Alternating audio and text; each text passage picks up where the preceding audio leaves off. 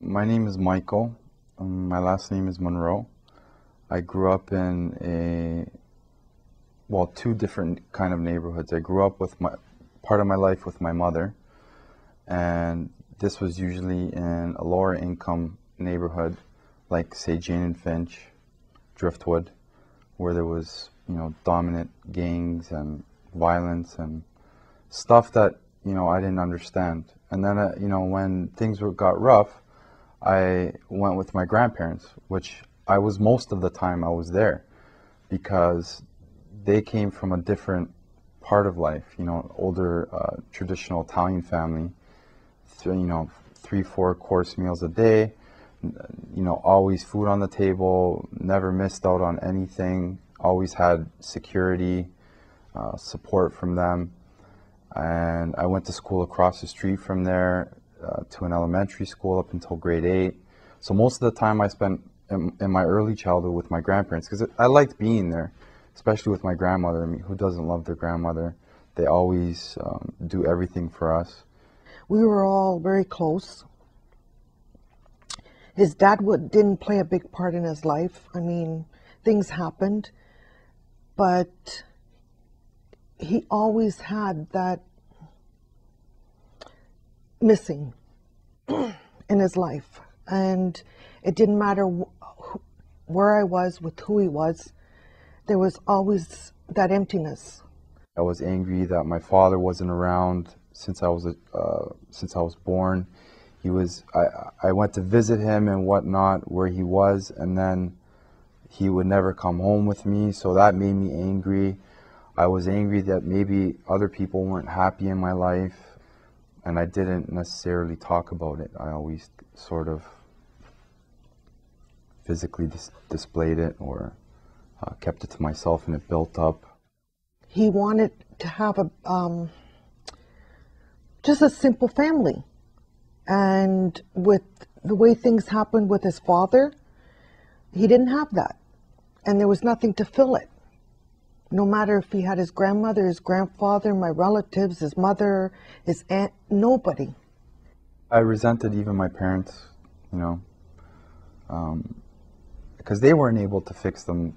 They weren't able to fix the situation either. Like my mother wasn't able to bring somebody else in, like a stepdad or something like that. I got into the wrong things, like whether it be hanging out in the neighborhood with the wrong people, being a menace to society, doing illegal things because I was trying to fill a gap in my life.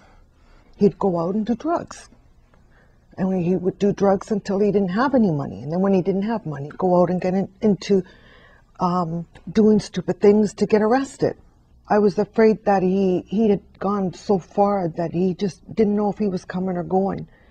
And that either something was going to happen, either he was going to end up in jail, or he was just going to die. I've seen a lot of people get hurt and go to jail and tremendous loss and death. Everybody around me was drinking alcohol, and I grew up in an Italian family, and alcohol was like water to my grandparents and uncles and aunts. So wine was always abundant, and I think it started with the family, and then it turned to cigarettes and then weed and then cocaine, and then that's it. It just took its toll on me.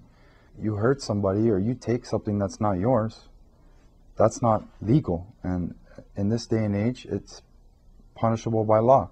And these are the sort of things I had to learn. So I always had a good job, but I always inflicted this pain on myself.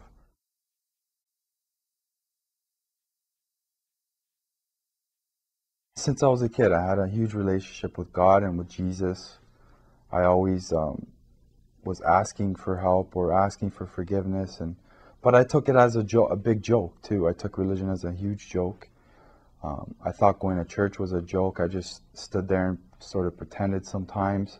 But then at times I had some sincerity, because when I made mistakes, they always forgave me. So this was sort of my gateway to understanding the mercy sometimes that even the world has, human beings have. But I knew God was probably more merciful. I found out about Islam when I was 15 years old, about 15 years ago. I had a good friend. We always played basketball together. He always invited me to come to the mosque, but I never did. And I used to eat with Muslim families. They always were very hospitable to me. 15 years later, I just, I started to spiritually grow because I was looking for an answer. At some point, I stumbled across a Quran because I thought the spiritual path I was taking, I could be a part of every religion, and I can delve into any one of them that I want and practice any one of them I want, all at the same time. But then when I stumbled across the Quran and I started reading it slowly and I started taking in the knowledge, I started realizing that I can't be a part of every religion, and that I can't, Islam is not every religion, it's one religion. 4 to 5 months down the line, I was working at Eaton Center at the time selling suits. I seen some people giving Islam information outside the Eaton Center, and I said, what is it? What do you have to do to become a Muslim? And they said, you just have to say these words. I said, okay, I'll be a Muslim.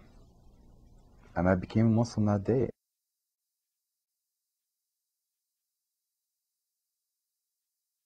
I think the first 6 months to 8 months was very difficult. I didn't pray.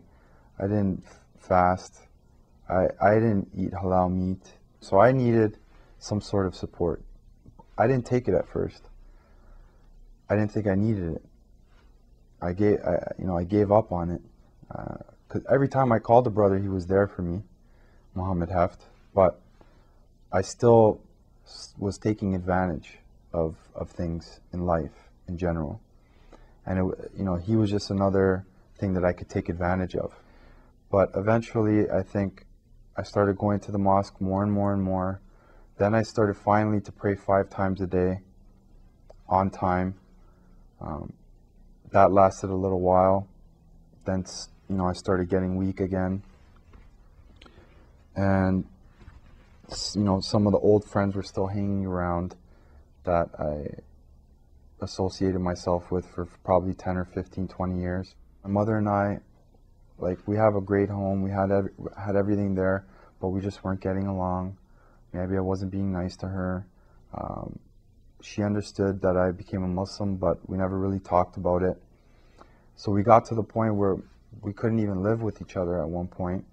So I called Muhammad Heft again, and what do you know, he had a place available for me, and I had to take it because it was the only thing I can afford.